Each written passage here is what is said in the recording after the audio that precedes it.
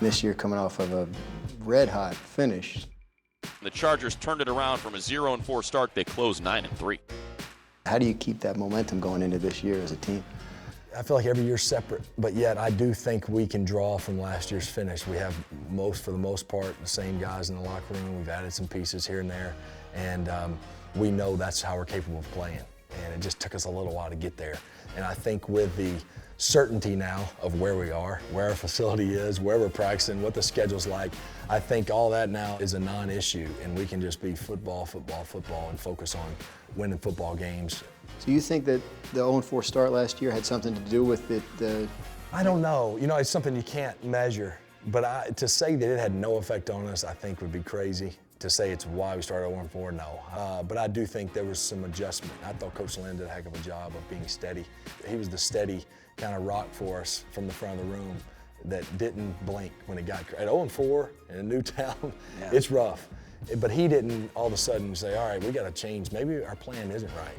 You know, maybe our approach isn't right. He stayed steady, so we kept believing, and then we turned it around. The way we finished those last 12 games gives us a lot of confidence heading into this year.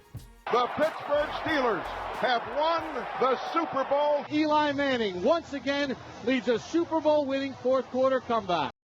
The guys you came in with that you'll be measured against by history, we're talking about Roethlisberger, Eli Manning, they have something that you haven't been able to get, the Super Bowl title. How important is that for you personally?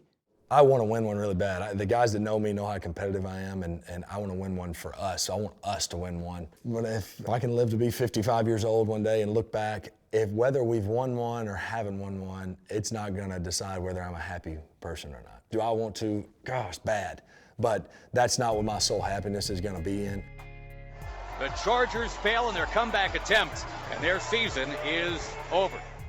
More so just because, man, this team, the Spanos family, has entrusted me to be the quarterback for, you know, this is my 15th season. And I want to help lead this group to win a championship, just to get to the top of the mountain and say we did it together.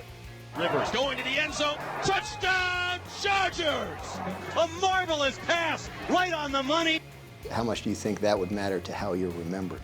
Well, you know, I do understand that's the way it goes. Quarterback and head coach, the only two that they tie the record to, and they say who's won a championship. But you know that comes with the position. If we were to win one, you know, it immediately puts you in a different category. Dan Marino's the one that comes to mind. You know, I don't think of Dan Marino and go, oh, I think Dan Marino was an awesome quarterback. The example I always look at is Tom Brady in the game against the Seahawks when, you know, they had the ball get intercepted and the Patriots won. Well, immediately they said, well, Tom Brady's now the greatest quarterback to ever play. Well, but if they didn't intercept it and the Seahawks won, he played the exact same game, but he wouldn't have been. So I always laugh at that because I think he arguably is the greatest ever, but I always find that funny that determined it. So that play, whichever way it went, was going to determine whether he was the greatest ever or not. So it's a little bit of a funny debate, like all those are, of who's better in this and who's that, but that's just the way it goes. That's the life you've chosen as a quarterback. No question.